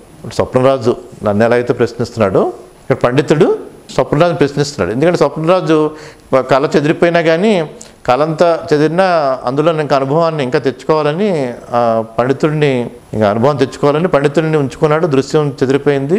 ఆ పండితుడు ఈ కొంత తత్వబోధ ఆ విచారణ ఉండటంతో, ఆత్మపరిశీలన ఉండటంతో ఆ పండితుడు ఈ స్వప్నరాజుని ప్రశ్నిస్తున్నాడు అనమాట. ఏమనంటే ఇప్పుడు నేను పండితుడిగా గడిపిన జీవితం అంతా ఎలా ఏర్పడింది అని, ఎలా సృష్టింపబడిందని. అంటే ఈ స్వప్నరాజు ఏం చెప్తాడంటే అదంతా భ్రాంతి, నేనేదో ఒక రోజు నిద్రలో కళ్ళలో నువ్వు ఏర్పడ్డావు, అప్పుడు నీ సంసారం అంతా ఏర్పడింది, అదంతా భ్రాంతి అంటాడు. అది అంతా భ్రాంతి ఎలా అవుతుంది? మరి పండితుడిగా నేను ఎన్నో పొందినట్టు, ఎన్నో జీవితం అంతా గడిపినట్టు అంతా నాకు స్పష్టంగా తెలుస్తుందని పండితుడు అడుగుతాడు కదా. స్వప్నరాజు ఎలాగైతే నన్ను అడిగాడు, పండితుడు కూడా స్వప్నరాజుని అడుగుతాడు కదా, అతని కళ్ళలో వచ్చింది కాబట్టి. అప్పుడు స్వప్నరాజు ఏం చెప్తాడు? ఇవే సమాధానాలు చెప్తాడు. ఏమనంటే అదొక కల్పన, అది ఒక కల్పనలో అది ఏర్పడింది, అది నువ్వు దాన్ని అనుభవించావు, అదంతా నా సమిష్టి మనసులోదని. అందులో ఉన్న జీవ నిర్జీవాలు, జడ సమిష్టి, చేతన సమిష్టి అన్నీ నా మనసే, పంచభూతాలు ఏం అవసరం లేకుండానే అక్కడ కల్పన జరిగింది అంటే పండితుడు నమ్మడు. మరి నాకు సత్యంగానే ఉంది కదా అంటాడు. నీకు సత్యంగానే ఉంది, కానీ నువ్వు ఈ స్వప్నరాజు స్థానంలోకి వస్తే కానీ అది భ్రాంతి కాదని తెలియదు అని చెప్పడం జరుగుతుందన్నమాట. పండితుడికి సత్యంగానే ఉంటుంది అలా అనుభవించింది అంతా కూడా. మరి పండితుడికి జ్ఞానం కావాలంటే ఈ స్వప్నరాజు స్థితికి రావాలి. స్వప్నరాజు యొక్క స్వప్నంలో ఏర్పడిన కల్పన అని తెలియాలి కదా. ఇదంతా స్వప్నరాజు ఏమని చెప్తాడు? నా సమిష్టి మనసు ఇదంతా చెప్పడం జరిగింది. ఇప్పుడు పండితుడు కూడా ఈ స్వప్నరాజు స్థితికి వస్తే కానీ తెలియదు. ఈ స్వప్నరాజుకి నా స్థితికి వస్తే కానీ, నా సమిష్టి మనసుని అనుభూతి పొందితే కానీ ఇతనికి భ్రాంతి పోదు కదా. ఈ రెండవ స్వప్నం ఇది. ఇప్పుడు ఆ పండితుడిగా జీవితం గడుపుతూ ఉండగా అతడికి ఇంకొక కళ వచ్చిందనుకుందాం. ఏదో మనకి అడవుల్లో వెళ్తూ ఉంటే పక్షులు ఎంతో బాగా జీవిస్తున్నాయి, మన జీవితం ఎలా ఉంది ఏంటని కళ వచ్చిందనుకోండి. ఆ పండితుడి కళలో ఇంకొక దృశ్యం వస్తుంది కదా. ఆ దృశ్యం మళ్ళీ కళ చెదిరిపోతున్నప్పుడు ఆ ద్రష్ట పండితుడిని అడిగితే ఏ సమాధానం చెప్తారు? ఇలాగే జరుగుతుంది కదా. ఇవేంటంటే ఒక స్వప్నంలోంచి ఇంకో స్వప్నంలోంచి ఇంకో స్వప్నంలోకి వెళుతున్నప్పుడు పొందే అనుభవాలు అన్నమాట. అంటే స్వప్నద్రష్ట పొందే అనుభవాలు. ఈ స్వప్నద్రష్ట ఎప్పుడు జ్ఞానాన్ని పొందుతాడు? స్వప్నద్రష్టగా ఉన్నంతకాలం జ్ఞానం రాదు. ఈ స్వప్నాన్ని అనుభూతి పొందినంతకాలం జ్ఞానం రాదు. కానీ ఆ స్వప్నద్రష్ట ఇప్పుడు నేను చెప్పింది సత్యమని నమ్మి, అంటే గురువుపై విశ్వాసం అంటే, శాస్త్రంపై విశ్వాసం అంటే, గురువుపై విశ్వాసం అంటే, నేను చెప్పింది నమ్మి నా మనస్సుకి అతను లయమైపోయి, అంటే అక్కడ దేహభావన, అతని సూక్ష్మ శరీర భావన ఉంటుంది కదా, అది లయమైపోయి నా మనసు భావనకు వస్తే కానీ ఇదంతా భ్రాంతి అని తెలియదు కదా. అలాగే మన జీవితంలో కూడా వెష్టిగా మన అనుభూతి పొందుతూ జీవితం అంతా కూడా నేను వేరు ఇతరులు వేరు అన్న భావనలోనే ఉంటాం అన్నమాట. ఈ వేరు అన్నదే సంసారము, వేరు కాదు అన్నది మోక్షానికి ఇస్తుంది. కానీ ఇది ఎప్పుడు అనుభూతి పొందుతామంటే ఈ సమిష్టి మనస్సు భావనలోకి వెళ్ళాలి. అందుకే మనకి హిరణ్యగర్భుడి సమిష్టి మనసు భావనలోకి వెళ్ళాలి. మనం సమిష్టి మనసు భావనకు వెళ్తేనే మనకి ఆ తత్వం బోధపడుతుంది. అంటే విశ్వాసంతో ఆ భావనకు వెళ్ళటం అనేది. కానీ సత్యం కూడా అదే మాట. ఋషులు ఎప్పుడు కూడా సత్యాన్నే చెప్తారు. ఋషులు ఎప్పుడు బోధించేది అంతా కూడా సత్యాన్నే చెప్తారన్నమాట. ఇప్పుడు సరస్వతీదేవి కూడా మధ్యలో ఏమని చెప్తుందంటే, అన్నీ అసంబద్ధంగా ఉన్నాయని అనిపించినా నీకు తెలుసు కదా నేను ఎప్పుడు సత్యాన్నే మాట్లాడతానని చెప్పడం జరుగుతుంది. సత్యాన్నే చెప్పడం జరుగుతుంది. ఎందుకంటే మనకి ఈ సమిష్టి మనసులోని ఒక భాగమే వెష్టి మనసుకి అన్నమాట. మనం వ్యక్తిగా విడిగా లేము. ఒక వ్యక్తిగా కూడా మనం విడిగా లేము. మనం సమిష్టి మనసులో భాగంగానే ఉన్నాం. కానీ మనం సమిష్టి మనసులో భాగం అని ఆ భావన లేదు. మన సమిష్టి మనసులోని ఒక భాగం అన్న భావంతో మనం ఉండం. ఒక వెష్టి మనసు భావంతోనే ఉంటాం అన్నమాట. కానీ సమిష్టి మనసే సత్యం కదా. అది ఎలా అంటే, ఇప్పుడు భూమి ఇలా కనపడుతుంది కదా మనం చూసాం కదా, మనకి అనంతంగా విశ్వం ఉంది. మనకి ఇక్కడి నుంచి ఒక నక్షత్రం దగ్గరికి వెళ్ళి నక్షత్రం నుంచి భూమిని చూస్తాం అనుకోండి. భూమి మీద అంతా జీవరాశి ఎంత కనపడుతుంది? ఒక బంతిలాగా, ఒక చిన్న ముద్దలా కనపడుతుంది. భూమి అంతా కూడా నక్షత్రం నుంచి చూస్తే మనకు నక్షత్రం ఎలా కనపడిందో నక్షత్రానికి ఇది ఎలా కనపడుతుంది కదా, ఒక చిన్న చుక్కలా కనపడుతుంది భూమి అంతా కూడా. ఈ చిన్న చుక్కలో సమిష్టి మనసు అంతా ఎంత ఉంటుంది? సమిష్టి మనసు అని ఇందులో జడ సమిష్టి, చేతన సమిష్టి అంతా కలిపి చిన్న చుక్కలా ఉంటుంది నక్షత్రం నుంచి చూస్తే. దానికన్నా ఇంకా ఒక కోట్ల మైళ్ళు ఇంకా దూరం ఉన్న 100 నక్షత్రాల దూరంకి వెళ్ళామనుకోండి, అనంతంగా ఉన్న దూరంలో వచ్చి వెళ్తే ఇది సమిష్టి మనసు ఎలా ఉంటుంది? ఉందా అనిపిస్తుంది. అందుకే అనంతంకి వెళ్తే శూన్యం అని అనుకున్నాం కదా, ఉండదని. అంటే అప్పుడు సమిష్టి మనసు అంతా ముద్దలా ఉంటుంది కదా భావన అక్కడి నుంచి చూస్తే. అప్పుడు సమిష్టి మనసుకి ఒక ముద్దలా అంటే మనం విడదీయలా నాకు తెలుస్తుంది. దాన్ని విడదీయలేము అంటూ తెలుస్తుంది కదా. మనం ఈ సమిష్టి మనసు భావన పొందుతున్నప్పుడు మనకి అలాగే అంతా ఒకటే అన్న భావన ఏర్పరచుకుంటాం. మనం దృఢంగా ఏర్పడుతుంది. అంతా కూడా ఒకే మనసుగా ఏర్పడుతుంది అంతా కూడా. అంటే శిలోపాఖ్యానం కూడా ఏం చెప్తుందంటే, అంతా శిరలా అనుభూతి పొందంటే, అంటే సుషుప్తిని శిరలా అనుభూతి పొందినా మళ్ళీ శిలలో శిల్పాలు ఏర్పడతాయి కదా. ఇప్పుడు శిలాశిల్పం అంటాం. అంటే శిల అంటే బ్రహ్మము అని, శిల్పము అంటే జగత్తు అని, జగద్భావన. నామరూపాలతో ఉన్న ఈ జగద్భావన శిల మీద శిల్పం లాంటిది అని. ఈ శిల శిల్పము, శిల బ్రహ్మము, ఈ శిల్పము జగత్తు. శిల్పంలో స్త్రీ ఆకారం, ఒక ఆకారం మనం ఏర్పరచుకోవచ్చు కదా, ఎన్నో శిల్పాలన్నీ కూడా. ఇవన్నీ జగత్తు అన్న భావన. ఇక్కడ శిల్పం వేరు శిల వేరు కాదు కదా, శిల్పం వేరు శిల వేరు కాదు కదా. శిల్ప దృష్టి ఉన్నవాడికి శిల్పం మాత్రమే కనపడుతుంది, శిల దృష్టి ఉన్నవాడికి అంతా శిలగానే కనపడుతుంది. శిల్ప దృష్టి ఉంటే శిల్పమే కనపడతా ఉంటుంది. ఎక్కడికక్కడ శిల్పాలు ఏం చేసినాయని వాటితో వెళ్ళిపోతాం. ఇప్పుడు ఏనుగులా ఉండి ఒక యుద్ధ సన్నివేశం శిల్పాలుగా ఉంటే మనం ఊహించేసుకుంటూ ఉంటాం అన్నమాట. ఆ కత్తులు అన్ని పెట్టిన వాటిలో కూడా అది పదునుగా ఉందా అన్ని ఊహలోకి వెళ్ళిపోతాం కదంతా. అంటే శిల్ప దృష్టి ఉంటే మనకి శిల్పంగానే చూస్తాం అంతా కూడా. శిల దృష్టి ఉంటే శిల్పము శిల అంతా కూడా శిలగానే చూస్తాం. శిల చెక్కేవాడు దృశ్యం మీద దృష్టి ఉండదు, శిల మీద దృష్టి ఉంటుంది కదా. ఇక్కడ శిల బ్రహ్మము, శిల్పము జగత్తు. శిల్పం శిల కాకుండా ఎప్పుడుంది? లేదు. శిల్పం దేని ఆధారంగా ఉంది? శిలని ఆధారంగా. శిలకి ఏం బంధం లేదు శిల్పంతో. కానీ ఇక్కడ శిల్పాన్ని చెక్కటానికి ఒక శిల్పి కావాలి కదా, శిల్పి సామాగ్రి అన్ని కావాలి. కానీ ఇక్కడ ఏంటంటే ఈ బ్రహ్మము జగత్తులో ఇక్కడ ద్రష్టే శిల్పి. అక్కడ శిలా శిల్పంలో శిల్పానికి ఏంటంటే ఒక శిల్పి చెక్కటం అన్నీ జరుగుతాయి అంతా కూడా వ్యవహారం. కానీ ఇక్కడ మన బ్రహ్మము జగత్తు ఇక్కడ ఏంటంటే మన ద్రష్టే శిల్పి. ఇప్పుడు సుషుప్తిలో ఉంటాం, శిలాభావన ఉంటుంది. జాగృతిలోకి వస్తాం, ద్రష్ట దృశ్యాన్ని ఇలా గ్రహిస్తుంది. ఈ శిలలోని శిల్పాలలాగా మొత్తం విశ్వమంతా శిల అనుకుంటే, మొత్తం బ్రహ్మాండం అంతా విశ్వమంతా శిల అనుకుంటే, మనం కళ్ళు తెరిచి ఇలా చూసినప్పుడు ద్రష్టే శిల్పి కదా. కళ్ళు తెరిచి చూసినప్పుడు ఈ జగత్తంతా ఇలా కనపడుతుంది కదా. ఇదంతా శిలల మీద శిల్పంలాగా. ఇదంతా శిల మీద శిల్పం అనుకోండి. శిల్పాలన్నీ అంటే చరాచర జగత్తులన్నీ అని అనుకుంటే అన్ని జీవులతో ఉండి కదలికలతో ఉండి ఇలా ఉన్న శిల్పాలు అనుకుందాం అన్నమాట. అంటే ఇక ద్రష్టే శిల్పంగా మనకు కనపడుతుంది. కానీ శిల్ప దృష్టి ఉంటే అన్ని శిల్పాలుగానే చూస్తూ ఉంటాం. శిల దృష్టి ఉంటే శిల్పము కూడా శిల్లాగే ఉంటుంది కదా. ఇదే బ్రహ్మము దృష్టి అంటే.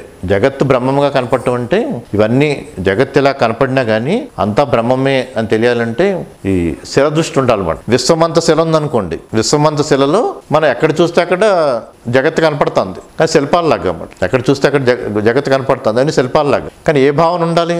మన శిల భావనని పొందాలి. అదే సమిష్టి మనసు భావన పొందటం అంటే. సమిష్టి మనసు భావన పొందటం అంటే విశ్వమంతా బ్రహ్మమే, అంతా బ్రహ్మమే నుండి ఈ జగత్తులన్నీ కూడా మన ద్రష్టను బట్టి శిల్పి ఎలా ఉంటే అలా శిల్పాలు ఉంటాయి కదా. ద్రష్ట ఎలా చూస్తే ఆ సన్నివేశం అలా కనపడతా ఉంటుంది. అందుకని జగద్దృష్టి అంటే శిల్ప దృష్టి. ఆ శిల్పాలతో తాదాత్మ్యం చెందిపోయి ఉంటాం అన్నమాట. బ్రహ్మం ఆత్మజ్ఞాన దృష్టి అంటే శిల దృష్టి. బ్రహ్మం నుంచి సంకల్పం ఏర్పడినట్టుగా ఆ అంటే అర్థం బ్రహ్మము అని అర్థం వస్తుంది అన్నమాట. పరమాత్మ అని అర్థం వస్తుంది. అలా అక్షర బ్రహ్మలు ఏంటంటే మీరు ఆ అనే శబ్దం నాభి నుంచి మొదలవుతుంది. అని నాభి లోపలికి వెళ్తుంది.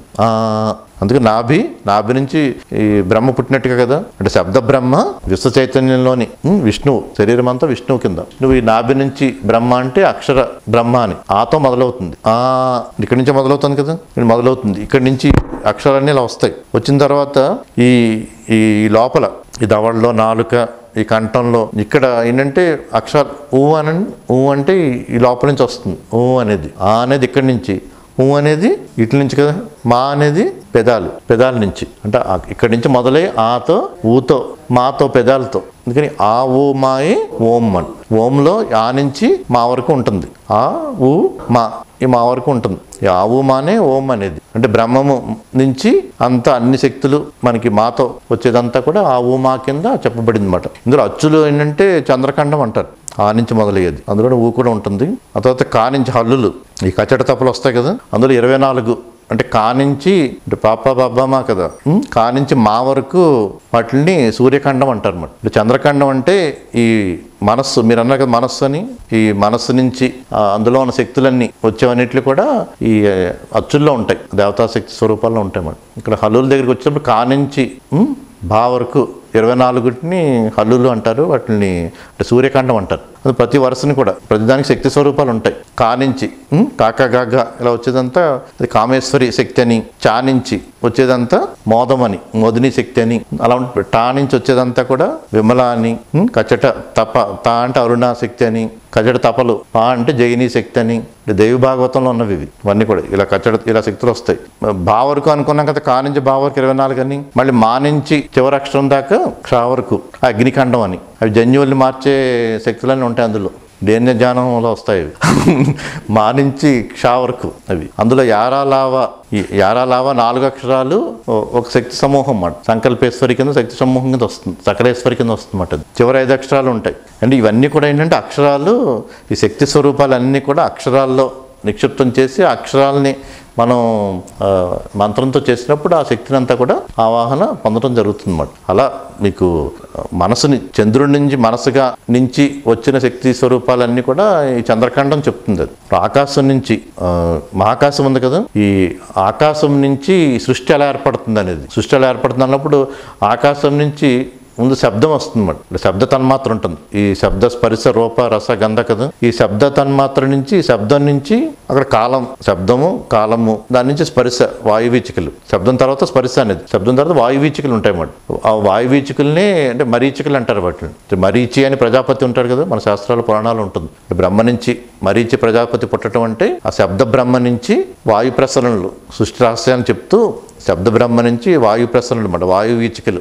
ఆ వాయు వీచికలు 49 ఉంటాయి, 49 మరీచికలు ఉంటాయి అన్నమాట. 49 రకాలుగా ఉంటుంది. ఆ 49 రకాలు వివిధ సృష్టిని ఏర్పరుస్తాయి. అందుకే 49 మరీచికలు, వాటికి ప్రజాపతి మరీచి, ఇవన్నీ మనసు స్థితులే ఇవన్నీ కూడా. అలా శబ్దం నుంచి స్పర్శ వాయు వీచికలు కదా, వాయు వీచికలు ఇలా 49 వాయు ప్రసరణలు ఉంటాయి అన్నమాట. ఆ స్పర్శ నుంచి అగ్ని ఏర్పడుతుంది, వాయువు రాపిడి నుంచి అగ్ని ఏర్పడుతుంది, అది రూపం అన్నమాట. శబ్ద స్పర్శ రూపం. అగ్ని నుంచి జలం ఏర్పడుతుంది, వాయువు అగ్ని కలిసి జలం ఏర్పడుతుంది, అది రసం. అది ఆ జలం, ఈ వాయువు అగ్ని జలం కలిసి భూమి ఏర్పడుతుంది, అది గంధం. అది అంటే శబ్ద స్పర్శ రూప రస గంధ. ఆకాశం నుంచి శబ్ద తన్మాత్ర, అక్కడే కాలం, కాలం అన్ని కూడా శబ్ద తన్మాత్ర. శబ్ద తన్మాత్ర నుంచి వాయు వీచికలు మరీచికలు, 49 రకాల మరీచికలు ఉంటాయి. వాయువు నుంచి అగ్ని రూపంగా, దాని నుంచి జలం రసంగా, దాని నుంచి గంధం భూమిగా అన్నమాట. ఈ శబ్ద స్పర్శ రూప ఈ రసగంధులు ఉన్నాయి కదా, అవే మనలో కూడా ఉంటాయి అన్నమాట. మనలో కూడా ఈ తన్మాత్ర పంచకం అంటే అదే. కానీ ఇందులో ఏంటంటే ఒకదాని నుంచి ఒకటి లక్షణాలు ఉంటాయి, ఒకదాని నుంచి ఒకటి వ్యాపించే గుణంలో మార్పు ఉంటుంది. ఇప్పుడు భూమికి వ్యాపించే గుణం తక్కువ ఉంటుంది, భూమికి వ్యాపించే గుణం తక్కువ ఉంటుంది. భూమి కన్నా జలానికి వ్యాపించే గుణం ఎక్కువ ఉంటుంది, జలం కన్నా అగ్నికి వ్యాపించే గుణం ఇంకా ఎక్కువ ఉంటుంది, అగ్ని కన్నా వాయువుకి వ్యాపించే గుణం ఇంకా ఎక్కువ ఉంటుంది, వాయువు కన్నా శబ్దానికి ఇంకా ఎక్కువ ఉంటుంది వ్యాపించే గుణం. భూమి నుంచి శబ్దానికి వెళ్తే వ్యాపించే గుణం ఎక్కువ అవుతూ ఉంటుంది అన్నమాట. అలాగే శబ్ద స్పర్శ రూపరసగంధాలు అన్నప్పుడు అంటే ఒకదాని నుంచి ఇంకొకటి వెళ్తున్నప్పుడు శబ్దం నుంచి, శబ్దంలో అంటే ఒక శబ్ద గుణం ఒకటే ఉంటుంది. స్పర్శ వాయువు దగ్గరికి వచ్చేటప్పటికి 2 గుణాలు ఉంటాయి, శబ్ద గుణము స్పర్శ గుణం 2 ఉంటాయి అన్నమాట. ఇప్పుడు వాయువు ఉందనుకోండి, వాయువు శబ్దంగా వస్తుంది కదా, స్పర్శకు వచ్చేటప్పటికి శబ్ద గుణం స్పర్శ గుణం కూడా ఉంటుంది. రూపంకి వచ్చేటప్పటికి అగ్నికి 3 గుణాలు ఉంటాయి, శబ్ద స్పర్శ రూపం. అగ్ని ఉందనుకోండి, అగ్నికి రూపం ఉంటుంది, స్పర్శ ఉంటుంది కదా, శబ్దం ఉంటుంది కదా, అగ్ని కూడా శబ్దం చేస్తూ ఉంటుంది కదా. శబ్ద స్పర్శ రూపంకి వచ్చేటప్పటికి పై 3 గుణాలు ఉంటాయి. శబ్ద స్పర్శ రూప రస, రసాకు వచ్చేటప్పటికి పై 4 గుణాలు ఉంటాయి. రసం అంటే రస, ఇప్పుడు నాలుగుతో ఉండేది రసం అని, నాలుగుతో ఏదన్నా మనం రుచి చూస్తాం, రసం ఉంటుంది, వేడిని తెలుసుకుంటుంది కదా, వేడిని ఉంటుంది, స్పర్శ ఉంటుంది, మనకి చేతికని స్పర్శ ఉంటుంది కదా, దానికి కూడా శబ్దం ఉంటుంది.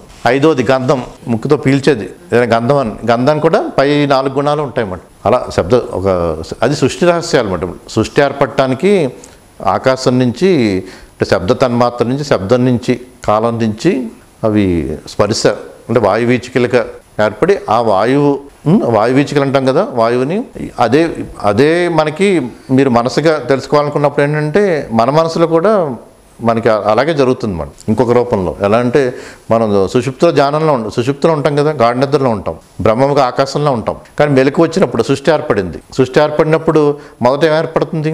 ఎరుక. ఒక ఎరుక, జీవం, అహం, కల్పన, ఒక భావం, బుద్ధి వికసిస్తుంది. తన్మాత్ర పంచకంలోకి వెళ్తాం.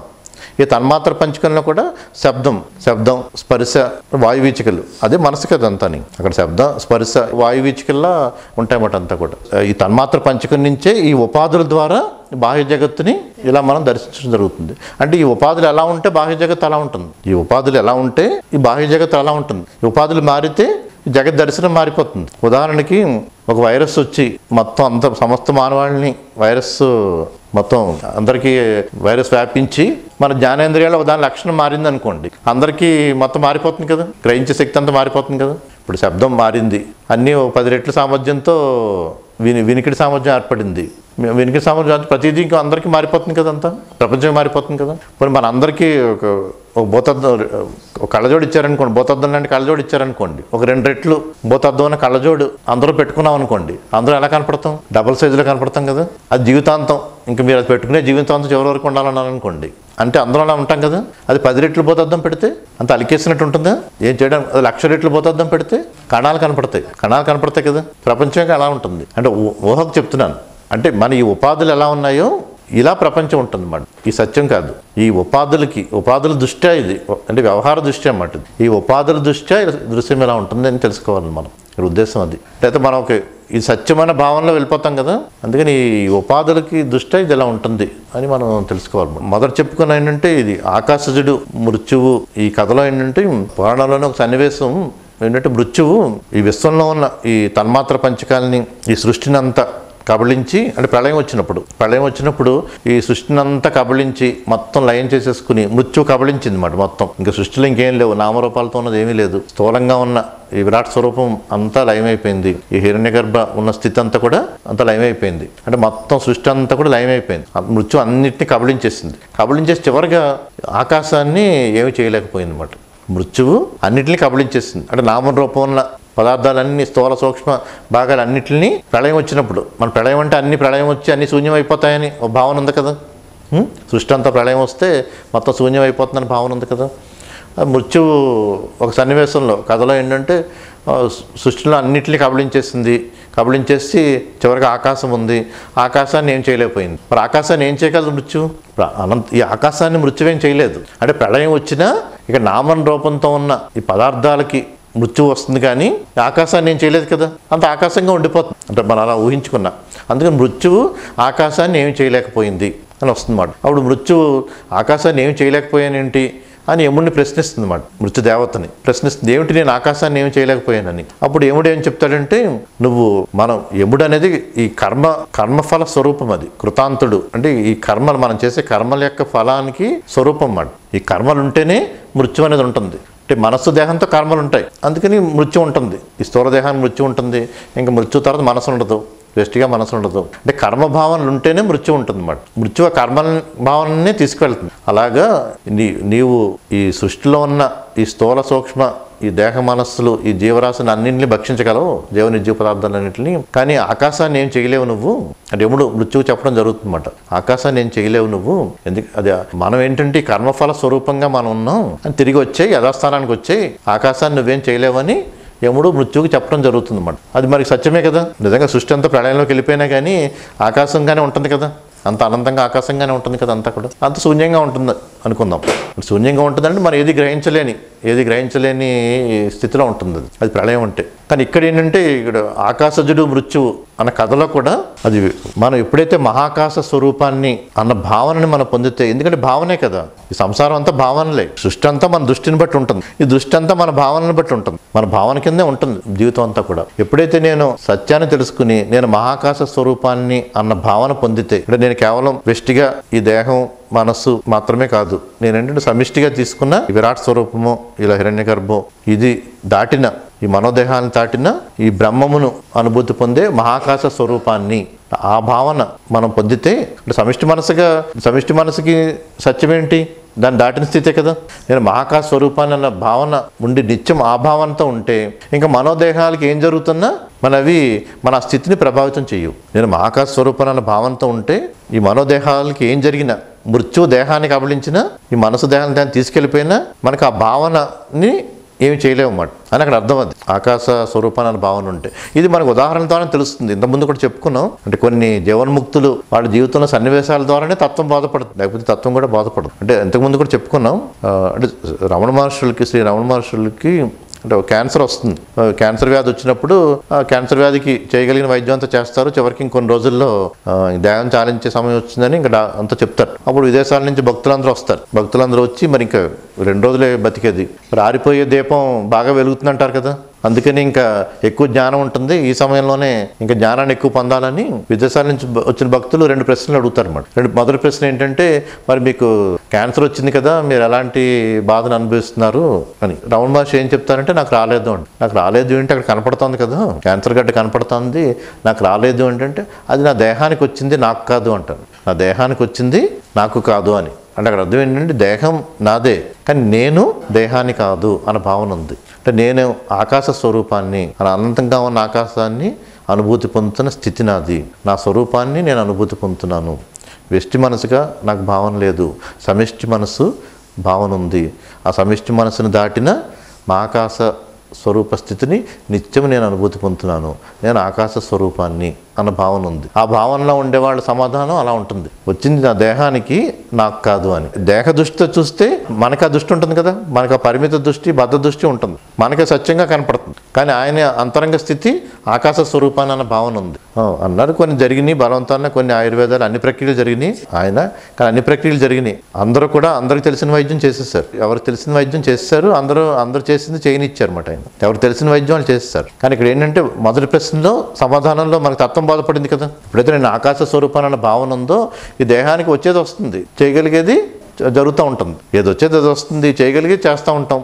మన కర్మలు అంటే అది అర్థం, పురుష ప్రయత్నం అంటే మనం చేయగలిగింది చేయటం మాట. అలా మనసు ఆలోచనలు వచ్చిపోతూ ఉంటాయి మన స్వభావాన్ని బట్టి. ఇది మొదటి ప్రశ్న. రెండో ప్రశ్న ఏంటంటే మీరు ఇతరులకు ఇచ్చే సందేశం ఏంటని, చివరిగా మీరు ఇతరులకు ఇచ్చే సందేశం ఏంటని. అప్పుడు రమణ మహర్షి ఏం చెప్తారంటే నేను వేరు ఇతరులు వేరు కాదు, నేను వేరు ఇతరులు వేరు కాదు అంటారు. మరి ఇతరులు వేరు కాదు అన్నప్పుడు ఎవరికి ఇవ్వాలి సందేశం? నేను ఇతరులకు ఇచ్చే సందేశం ఏమిటంటే నేను ఇతరులు వేరు కాదు అంటారు అనమాట. అంటే సమిష్టి మనసు అన్న భావన ఉన్నప్పుడు, మా ఆకాశ స్వరూపాన్ని అన్న భావన ఉన్నప్పుడు ఇప్పుడు నేను వేరు ఇతరులు వేరు అనే భావన ఉండదు. ఆయన మృత్యు ఏమైనా చేయగలదా? ఆయన భావనని అంతరంగ స్థితిని యముడు వస్తాడు ఆయన దగ్గరికే, మృత్యువుని పంపుతాడు, యమపాసాన్ని పంపుతాడు అనమాట. యమపాసాన్ని పంపితే నీ దేహం తీసుకెళ్ళిపోతాను, మనసుని మనోదేహాన్ని తీసుకెళ్ళిపోతాను అని ఉంటుంది. కానీ ఆ అంతరంగ స్థితిలో ఆ భావనలో ఏం మార్పు అని ఉంటుందో, ఏ వికారం ఉండదు కదా. ఆ మనసు దేహాన్ని తీసుకెళ్ళిపోవడం జరుగుతుంది, ప్రాణాన్ని తీసుకెళ్ళిపోవడం జరుగుతుంది, అక్కడ అంత్యక్రియలు అన్నీ జరిగిపోతాయి. కానీ ఆయన స్థితిలో మార్పే ఉండదు, ఆకాశ స్వరూపాన్ని స్థితి ఆ భావనలో ఉంటాం వాళ్ళు. కానీ మనకి దృష్టి ఏంటంటే ఇంకా బద్ధ దృష్టి ఉంటుంది, బంధం దృష్టి ఉంటుంది, ఆ దేహ భావన ఈ దృష్టితో ఉంటాం కదా.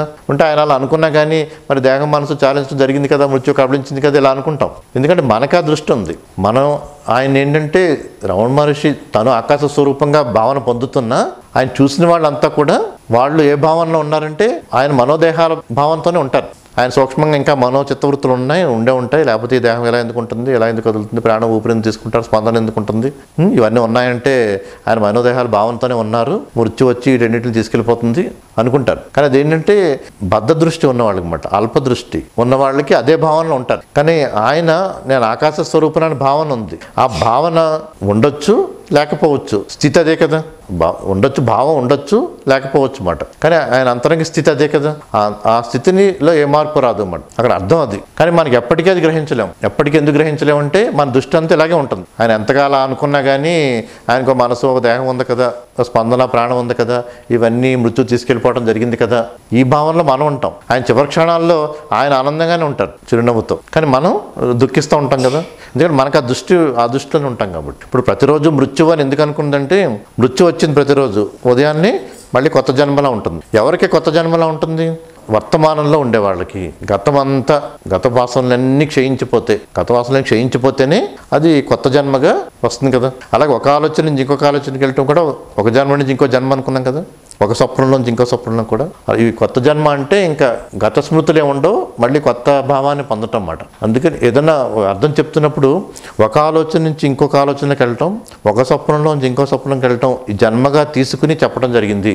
నిద్రలోకి వెళ్ళటం అంటే మృత్యువు, ఉదయాన్నే మళ్ళీ మేలుకోవటం అంటే జన్మ అన్న ఉద్దేశంతో ఇది చెప్పబడింది అని తెలుసుకోవాలన్నమాట అర్థాలు. అంటే పునర్జన్మలు అంటే మనం చనిపోయిన తర్వాత ఇంకొకళ్ళ పుడతామని శాస్త్రాలు చెప్తాయి కదా. అవి ఏంటంటే ఒక ఆలోచన నుంచి ఇంకొక ఆలోచనకి, ఒక భావం నుంచి ఇంకొక భావంకి, ఒక స్వప్నం నుంచి ఇంకో స్వప్నంకి.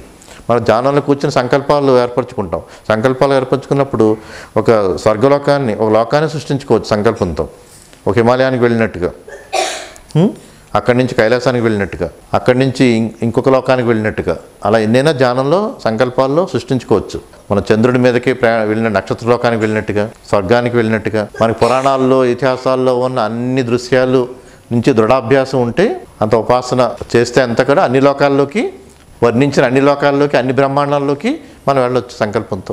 అన్ని బ్రహ్మాండాన్ని దర్శించవచ్చు. ఎంత తెలుసుకుంది అన్ని బ్రహ్మాండాలను కూడా మన సంకల్పం దర్శించవచ్చు. దృఢాభ్యాసం బట్టి ఉంటుంది. అవి ఒకదాని నుంచి ఇంకో దానికి వెళ్ళినప్పుడు ఒక లోకం నుంచి ఇంకో లోకం వెళ్ళటం కదా.